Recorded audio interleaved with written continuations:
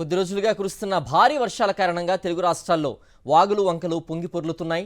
రిజర్వాయర్లన్నీ నిండుకుండల్లా మారుతున్నాయి. బంగాళాఖాతంలో పడిన వాయుగుండం తీరం దాటింది. దీంతో ఉత్తరాంధ్ర తీర ప్రాంతాల్లో ఈదురుగాలులతో కూడిన వర్షాలు కురుస్తాయని వాతావరణ శాఖ హెచ్చరించింది.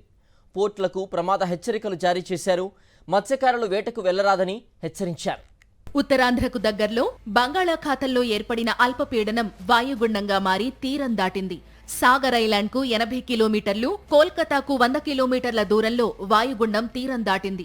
దీనివల్ల ఏపీలో వారం పాటు విస్తారంగా వర్షాలు కురుస్తాయని విశాఖ వాతావరణ శాఖ తెలిపింది. ఉత్తర కోస్తా తీరం వెంట కళింగపట్నం, భీమునిపట్నం, విశాఖపట్నం, గంగవరం, కాకినాడ పోర్టులకు 3వ నెంబర్ ప్రమాద హెచ్చరిక జారీ చేశారు. దక్షిణ కోస్తాలోని ఓడరేవులకు మొదటి ప్రమాద హెచ్చరిక జారీ అయింది. మత్స్యకారులు సముద్రంలో వేటకు వెళ్లరాదని అధికారులు చెప్పారు.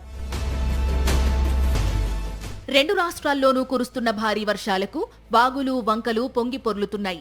చెరువులు, రిజర్వాయర్లు నిండుతున్నాయి. ఎగువ ప్రాంతాల్లో కురుస్తున్న వర్షాల వల్ల నల్గొండ జిల్లాలోని మూసీ రిజర్వాయర్ పూర్తిగా వరద నీటితో నిండిపోయింది. దీంతో అధికారులు శుక్రవారం ఉదయం మూసీ ప్రాజెక్టులోని 2 గేట్లు పైకి ఎత్తి నీటిని వదిలారు. మూసీ గేట్లకు వేసవిలోనే మరమ్మతులు చేయాల్సి ఉన్నా చేయకపోవడంతో గేట్లు ఎత్తే సమయంలో అవి మొరాయించాయి. దీంతో నీటిని విడుదల చేసే సమయంలో కొంత ఇబ్బంది తలెత్తింది.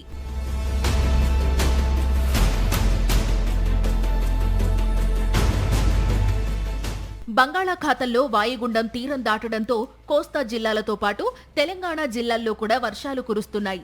3 రోజుల నుంచి హైదరాబాద్ సహా పలు జిల్లాల్లో ఎడతెరిపి లేకుండా వర్షాలు కురుస్తూనే ఉన్నాయి.